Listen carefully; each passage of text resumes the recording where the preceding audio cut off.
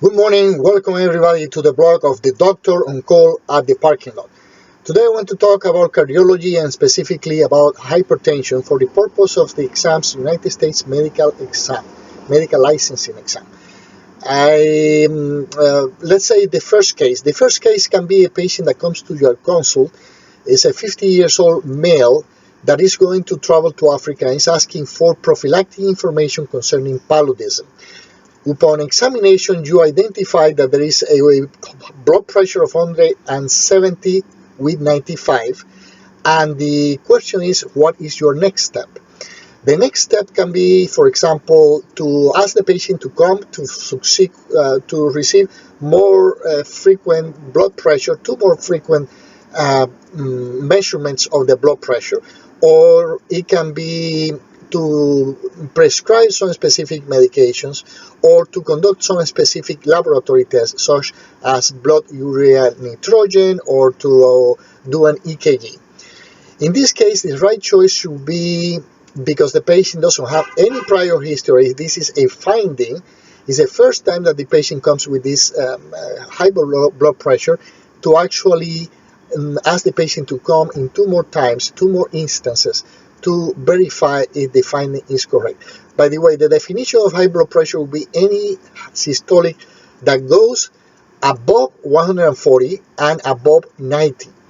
So this has to be in condition of perfect relaxation. Just the patient cannot be suddenly shocked by the white coat in front to him or her, but it should be ask the patient to, for example, sit and relax, and I'll be back and I'll take your blood pressure again. And in that setting, if the pressure is high, then we can make the diagnosis.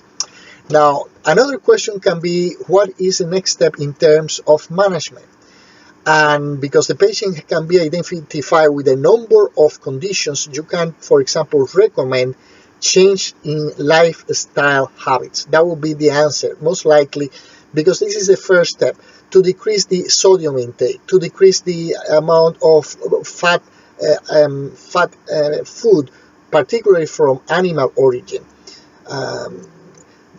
It's okay to drink oil because it has a vegetable origin. It's relatively better for the purpose of the healthy of the endothelium, the vascular endothelium. It doesn't produce so much atheromatous plaque. The exercise program, asking the patient to start doing some sort of exercise regularly. For example, it can be aerobics, it can be 30-40 minutes 3 times a week, for example, and this will help to decrease the habit of smoking. A smoking cessation program. This will be another of the habits. Now, having said that, they can also ask us, what is the next step in terms of diagnosis? What is the next step? What would you do? Usually, we had to identify the most frequent causes, kidney and heart. So we should do at least a chemistry 7 to identify, among other things, the blood urea nitrogen and the creatinine ratio. Now, this is important because whenever we have a ratio of more than 20, we can identify as a prerenal problem. When it's between 20 and 10 times the BUN ratio, it's usually some pyelonephritis, some types of tubular necrosis, interstitial tubular disease, in that range of conditions. And we can target that problem, nephrotic syndrome, things that are associated with hypertension, but in the kidney. The postrenal BUN to creatinine ratio is usually less than 10. Postrenal can be defined as anything coming after the ureters, both ureters, specifically after the bladder and the urethra, most likely. So the other test is the EKG, and we can look for the Sokolov index, the S in B1 and the T in B5, that goes with more than 35 millimeters. And so basically this is something that we can see. We can also check the urine, of course, checking for proteins because they can be a nephrotic syndrome, and checking for potassium for the conditions that we are going to see as follow. So this is in general some of the aspects. If you say biopsy of the kidney, most likely they remove 3 points from you, because in the range of age between 20 to 50, usually at this time, most hypertension is simply idiopathic. We don't know what is the cause. It's primary hypertension. We don't have any specific cause. And if it would be a renal stenosis, for example, a stenosis of the renal artery, is something that usually we can identify at earlier life. If you think or you suspect this is an older patient and you suspect that the patient may have some sort of tumor, for example, producing this hypertension, then you can order something to identify. Probably you can do even the angiogram, but if it is in this range of 20 to 50, usually it's not necessary to do that, either a angiogram or a biopsy. That's too invasive for this stage. Okay, so it's like a common sense in saving resources and preventing the patient from unnecessary discomfort. Now, let's go to some of the cases. What is the management? For example, they can say this is an African American, has a high blood pressure of 190 with 110. What would be the drug of choice? Generally, the drug of choice we use in African Americans, because it's determined that is volume dependent, is to actually relieve that volume by providing the diuretics.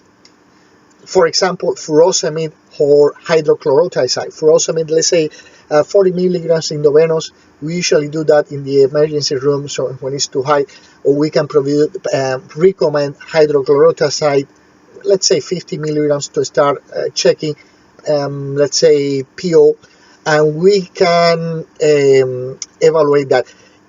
Having in consideration that the patient doesn't have, for example, diabetes. Because if the patient has diabetes, we have to remember that thiazides increase the glucose. Also that the patient doesn't have increased urea in the blood, because also thiazides increase the urea. And they are also associated with increasing the lipids. So these are factors that we have to consider in that question, and we will select another drug. We can see also if the patient has associated with hypokalemia, because the thiazides are associated with, the person can come with fatigue, for example, because they lose potassium in the urine. The patient is urinating and losing potassium, so we should recommend taking a supplement, for example, regular simple fruits to help the patient and compensate the blood, this loss, and increase the general well-being in terms of not having a fatigue. Now, another case can be, for example, patient with an angina, or a patient that has a hypertrophic cardiomyopathy, a person that has had a myocardial infarction, some coronary artery disease, a patient that has some supraventricular tachycardia. In those cases, we usually go and the drug of choice would be the beta blockers in the types of atenolol, propranolol, or metoprolol. So basically, this will be the kind of medication we will be providing, and having in consideration that these drugs also produce, for example, depression or decreasing the libido, or they are also drugs that at some point, for example, the propranolol, for example, is non-specific, therefore it can produce a bronchial asthma, and therefore we have to be in careful consideration if the person has. We have to ask the patient if he doesn't have bronchial asthma, otherwise we will be triggering an attack. Another drugs in this group will be the calcium blockers, the cardizem, the diltiazem, and in this case, these are usually prescribed also for patients that has hypertrophic cardiomyopathy. The ejection fraction is generally high, and these drugs use when the patient cannot take, for example, the beta blockers. Then we will use, because for example, if the case has a particular case of a patient has bronchial asthma, for example, or bronchial asthma, we can do selective beta blockers. But let's say a patient that has a depression, and then you want to use then a cardisem instead. So providing the same coverage that is a restrictive cardiomyopathy with high ejection fraction, and this calcium blocker helps to relieve that contractility of the cardiac muscle. Now, the other group in this case can be the ACE inhibitor. ACE is standing for angiotensin C, angiotensin converting enzyme inhibitors. The captopril, the lisinopril, this particular group of drugs are excellent for dilated cardiomyopathy. It's not like the constricted, that patient has high ejection fraction, but actually low ejection fraction. It's the person that has developed a cardiomyopathy because of prolonged high blood pressure. They didn't even know that they had a blood pressure. At some point, developed a dilate. The ventricle is dilated. So in this case, we can use this drug to help the contractility and to help the ejection fraction. Side effect is the uncomfortable cough. When the patient is having uncomfortable cough, then we can jump and recommend the other type of medication, such as the angiotensin reuptake inhibitor. In this case, we have the losartan, the valsartan. By the way, the captopril, the lisinopril are the typical drugs for the angiotensin converting enzyme. Now, for the angiotensin receptor inhibitor, these drugs also act in a good sense over the dilated cardiomyopathy, and this is how they can be presented in this question. Now, another type of question can be a patient that comes with hypertension, and then you detect a diffusely enlarged thyroid gland. So in this case, you can suspect a Graves' disease, because the patient has some exophthalmos and there is no pain, so you don't think this is a thyroiditis. Rather, it's a hyperthyroidism because of Graves' disease. And in this case, the treatment will be just to target just the primary cause. For example, recommended the surgery intervention, PTU, propiontidyl to decrease the amount of hormones, and eventually prescribe T3 or T4 as a supplement. This could be some of the treatment. Or they can come, for example, with high blood pressure and a patient that has an irregular thyroid, and you perceive that there is a nodule, and probably this is like a hot nodule, is a hypertrophy, or is producing hyperthyroidism. And in this case, the treatment would be rather to just, for example, interconsult with the surgery. Typical question. Also, another case can be a patient that comes with features of Cushing. For example, the round face, the buffalo hip, the brown stria, and the high blood pressure. And in this case, you had to actually check the medications to make sure that the patient, because iatrogenic Cushing is the most frequent cause of Cushing. Okay, so basically we had to rule out the patient is having asthma or is having some severe inflammation. Another doctor prescribed the drug. The patient is taking the steroids chronically, and you should consult with the other doctor to actually adjust this dose, or you can recommend it yourself, of course. Remove that in a progressive way. Remove the steroids so the patient doesn't have high blood pressure anymore. So the cause would be, in this case, would be the medication. You have to recognize because the facial features, and then you make the association. Another question can be, you make a patient comes again with high blood pressure, but you identify in the chemistry 7 that the potassium is low and everything else is okay. So you immediately have to suspect, let's say it's low as 2 millimoles per deciliter. You suspect this patient can have a primary aldosteronism.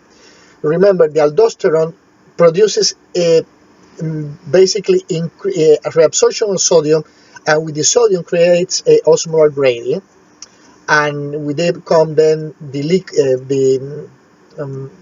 water, and the patient can have decrease in that is at the expense of relieving excreting more potassium. So whenever that happens, you can suspect a primary aldosteronism, and the treatment would be to actually target the primary cause. So basically, this is how we handle that. Now, another case could be, for example, a patient that comes with a situation of, we're talking about a benign prostatic hypertrophy, and has high blood pressure and is in the range. And the question would be, what would be the next treatment of choice?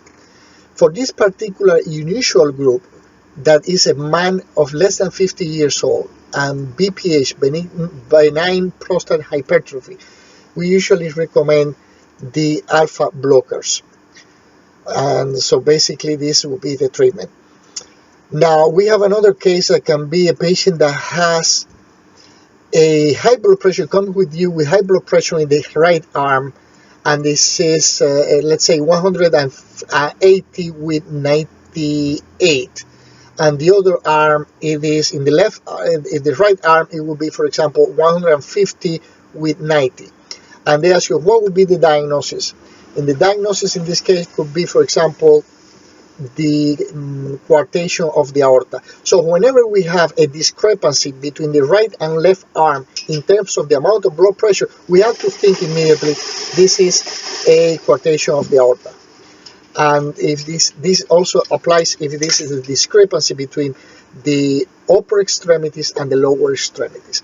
So well, this is all for now. I hope you find it at least instructive, and you can come back again to another series of the Doctor on Call at the parking lot. Thank you very much and have a wonderful day.